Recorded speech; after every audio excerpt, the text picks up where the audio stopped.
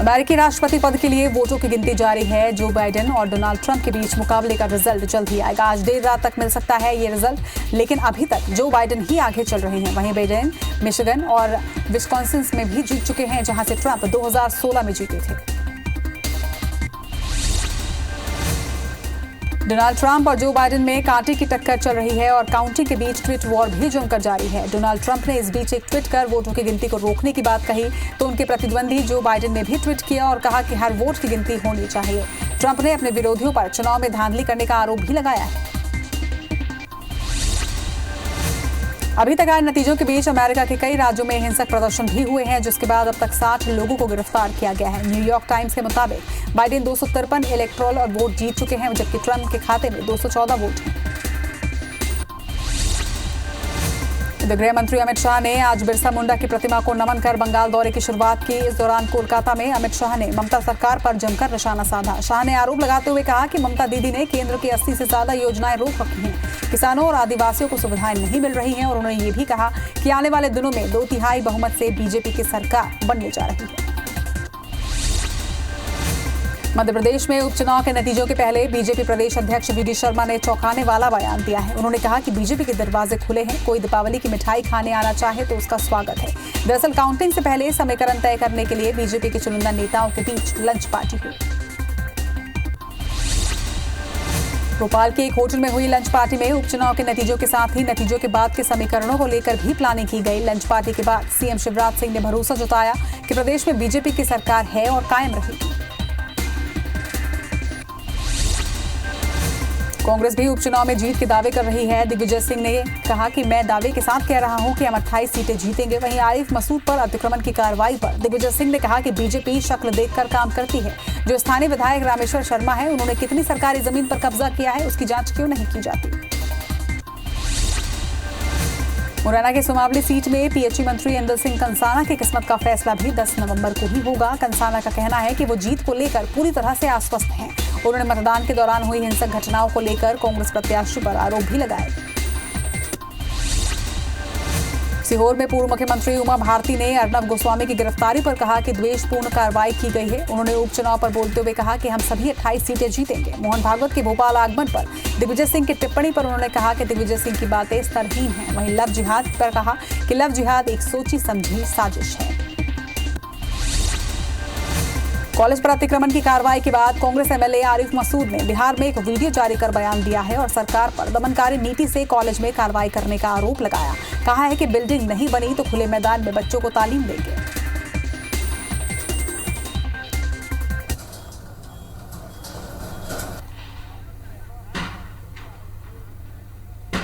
उसके बावजूद मेरे ऊपर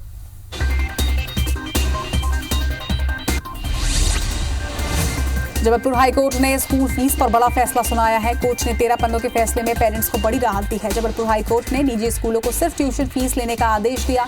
वहीं स्कूल खुलने के बाद शासन फीस बढ़ाने को लेकर फैसला ले लिया। इस दौरान कोर्ट ने कहा कि बच्चों को गुणवत्तापूर्ण शिक्षा से वंचित नहीं किया जाए। जीरम मामले की जांच कर रही एनआईए ने घटना के प्रत्यक्षदर्शी दौलत रोहरा को एक बार फिर बयान के लिए तलब किया। दौलत रोहरा सुबह एनआईए के दफ्तर तो पहुंचे, लेकिन बयान देने से इनकार कर दिया। उन्होंने हाईकोर्ट में लगाई गई याचिका का हवाला दिया है। इसे लेकर दौलत रोहरा ने कहा कि एनआईए ने इस मामले की जांच पूरी कर अपनी क्लोजर रिपोर्ट दे दी है। मैंने हाई कोर्ट में और राज्य सरकार ने सुप्रीम कोर्ट में एनआईए के खिलाफ याचिका दायर की है कि वो अपने दस्तावेज पूरे कर चुकी है अपनी जांच को। वो अपने दस्तावेज एसआईटी को दे तो एसआईटी उस जांच को आगे बढ़ाए। जीरम खाती को मौखिक भी बताया कि मैं बयान देने में असमर्थ हूँ और राइटिंग में भी दिया उनको कि मैं बयान देने में असमर्थ हूँ, क्योंकि मैंने आपके खिलाफ याचिका दायर की है हाईकोर्ट में। छत्तीसगढ़ के पंचायत और स्वास्थ्य मंत्री टीएस सिंहदेव कवर्धा पहुंचे, जहां उन्होंने कवर्धा रियासत की राजमाता स्वर्गीय शशि प्रभा देवी के 13वीं कार्यक्रम में शामिल होकर श्रद्धांजलि अर्पित की। इस दौरान वन परिवहन मंत्री मोहम्मद अकबर भी मौजूद रहे। सिंहदेव ने कहा कि आने वाले समय में कवर्धा, कोरिया, दुर्ग, जांजगीर चांपा में मेडिकल कॉलेज खोलने का प्रस्ताव भेजा जाएगा। रायपुर में केंद्र सरकार के कानून के खिलाफ आज किसानों ने चक्का जाम किया। इसके साथ ही राज्य में धान खरीदी में देरी का भी विरोध किया। नेशनल हाईवे जमा हुए किसानों को पुलिस ने वहां से हटाया, जिसके बाद किसानों ने सड़क किनारे धरने पर बैठे। इस दौरान बड़ी संख्या में पुलिस बल तैनात थे। देवास में कृषि उपज मंडी में कभी किसानों को खाद नहीं मिल रहा है तो कभी फसलों का उचित मूल्य नहीं मिल पा रहा। अब नाराज किसान सड़कों पर उतरकर अपनी नाराजगी जाहिर कर रहे हैं। आज मंडी गेट पर ताला लगाते हुए मुख्य सड़क पर चक्का जाम किया गया। किसानों का आरोप है कि खाद ब्लैक में बेचा जा रहा है। महासमुंद के बागबहरा वन परिक्षेत्र के भीमखोज नाले में रेत का अवैध उत्खनन किया जा रहा है। वहीं आसपास के गांव के ही लोग जेसीबी और ट्रैक्टर लगाकर भीमखोज से रेत निकाल रहे हैं, लेकिन इन पर कोई प्रशासनिक कार्रवाई नहीं की जा रही। वहीं वन विभाग के अधिकारी समय समय पर कार्रवाई की बात कर रहे हैं। अपराधियों पर उज्जैन पुलिस की ताबड़तोड़ कार्रवाई जारी है। इसी के तहत आज गांजा तस्कर जीतू बुंदेला के अवैध निर्माण को जमींदोज कर दिया गया। गांजा तस्कर जीतू बुंदेला पर लगभग 44 से भी ज्यादा प्रकरण दर्ज हैं। वहीं city additional SP Amarendra Singh के आदेश अनुसार कोतवाली सीएसपी पल्लवी शुक्ला के मार्गदर्शन में ये बड़ी कार्रवाई की गई। रेल महकमे ने रेलवे की सुरक्षा पर जिम्मा पूरी तरह ट्रैक मैनों के हवाले कर दिया है, जिसको लेकर पश्चिम मध्य रेल एप्लायंस यूनियन के बैनर तले इस आदेश का विरोध करने कर्मचारी सड़कों पर उतर आए और उनके द्वारा सभा से लेकर मानव श्रृंखला बनाकर अपना आक्रोश जाहिर किया।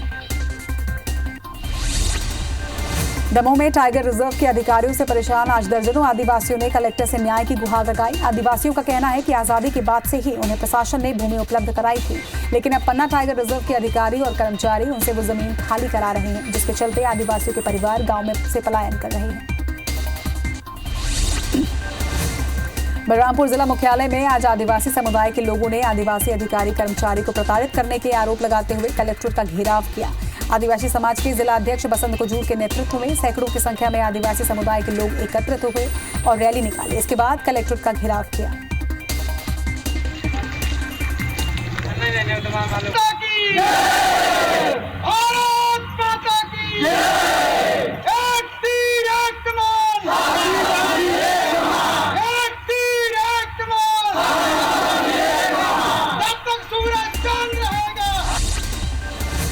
दंतेवाड़ा में सितंबर महीने में हुई चावल गड़बड़ी की जांच अभी पूरी भी नहीं हुई है कि एक और मामला सामने आ गया है। बचेली नगर में एक पीएम आवास में 350 बोरी चावल अवैध तरीके से रखा गया था।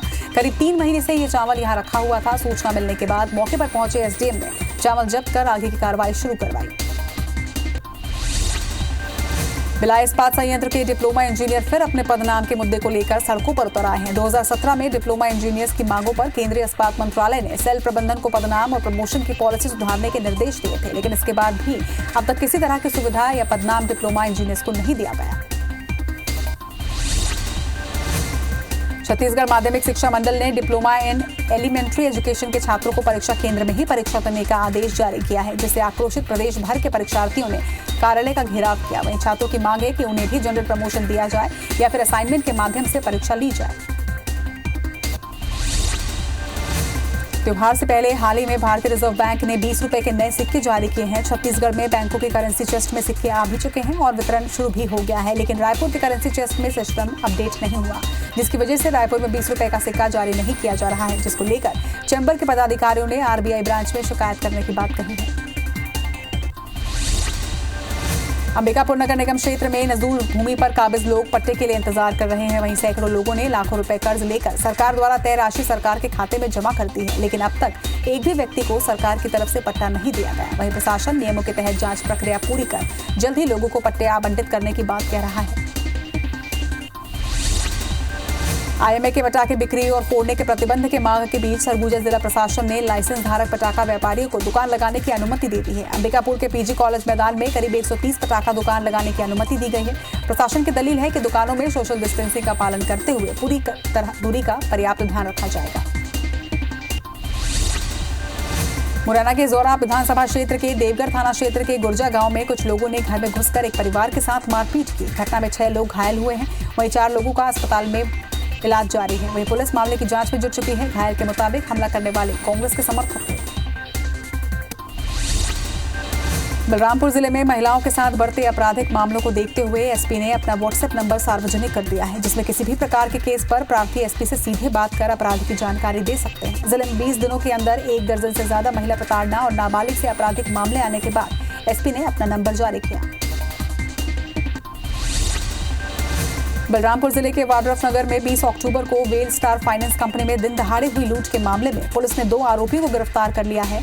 मामले में पुलिस ने सीसीटीवी के आधार पर सावन बघेल को हिरासत में लेकर पूछताछ शुरू की तो मामले का खुलासा हुआ।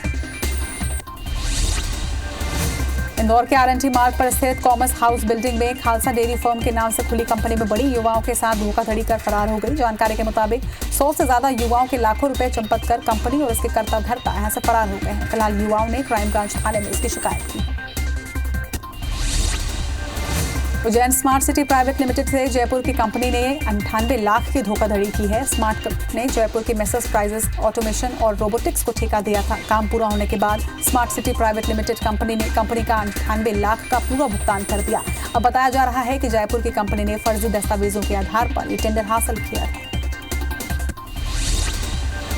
स्टेट जीएसटी के एंटी विजन ब्यूरो की जबलपुर टीम ने छिंदवाड़ा और भोपाल में एक बड़ी कार्रवाई को अंजाम दिया है। एंटी विजन ब्यूरो ने max infra private limited company के छिंदवाड़ा और भोपाल स्थित दफ्तर में छापामार कार्रवाई करते हुए करोड़ों रुपए के जीएसटी चोरी का खुलासा किया। इस दौरान कंपनी ने 6 करोड़ 54 लाख रुपए की राशि टैक्स के रूप में जमा करवाई है।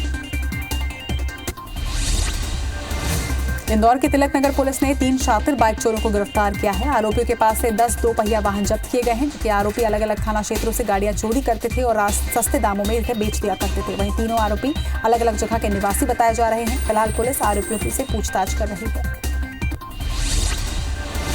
लोन वराजू अभियान के तहत दंतेवाड़ा पुलिस को एक और बड़ी कामयाबी मिली है। भैरमगढ़ एरिया कमेटी अंतर्गत सक्रिय 1 लाख के इनामी नक्सली राजेंद्र तेलाम ने सरेंडर कर दिया है। नेरडी सीआरपीएफ कैंप में एसपी राजेंद्र जायसवाल के सामने नक्सली ने भरमार के साथ सरेंडर किया। सरेंडर के बाद नक्सली को प्रोत्साहन राशि भी दी गई। सिंगरौली जिले के जेपी नगर पावर प्लांट में एक कर्मचारी की संदिग्ध मौत हो गई है। उसकी लाश प्लांट के अंदर ही फांसी पर लटकी हुई मिली। वहीं परिवार का कहना है कि वो खुदकुशी नहीं कर सकता। देवसर एसडीएम और एसडीओपी समेत पुलिस टीम मौके पर पहुंचकर जांच में जुट गई है। कबीरधाम जिले के सिटी कोतवाली थाना क्षेत्र के ग्राम सिंघनपुरी के पास यात्री बस और बिजली विभाग की गाड़ी में भिड़ंत हो गई। गनीमत रही कि हादसे में किसी को भी चोट नहीं आई। बताया जा रहा है कि दोनों गाड़ियां तेज रफ्तार में थी और दोनों के टकराने के बाद बस सड़क से नीचे खेत में जा घुसी। वहीं पुलिस मामले की जांच में जुट गई है। कोरोना संक्रमण के बीच छत्तीसगढ़ लोक सेवा आयोग ने असिस्टेंट प्रोफेसर की परीक्षा आयोजित की है। परीक्षा में प्रदेश भर से 25,000 से अधिक परीक्षार्थी शामिल हुए। इसके लिए रायपुर, बिलासपुर और दुर्ग में 90 परीक्षा केंद्र बनाए गए। परीक्षा आज से 2 शिफ्ट में 8 नवंबर तक आयोजित होगी।